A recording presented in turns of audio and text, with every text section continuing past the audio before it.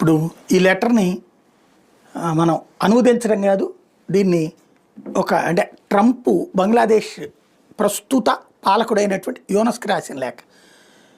పచ్చి భాషలో ఓ రకంగా చెప్పాలంటే, ఆ దరిద్రుడికి సంబంధించినటువంటి భాషలో చెప్పాలంటే, అరే సన్నాసి, అరే మా పెంపుడు కుక్క, నువ్వు అక్కడ పరిపాలిస్తున్నావు, నీ వల్ల మన దేశానికి ప్రయోజనం రావాలనుకున్నావు, మా దేశంలో నుంచి నిన్ను అక్కడికి పంపించి ప్రజల చేత ఎన్నికైన ప్రభుత్వాన్ని కూలిపిచ్చి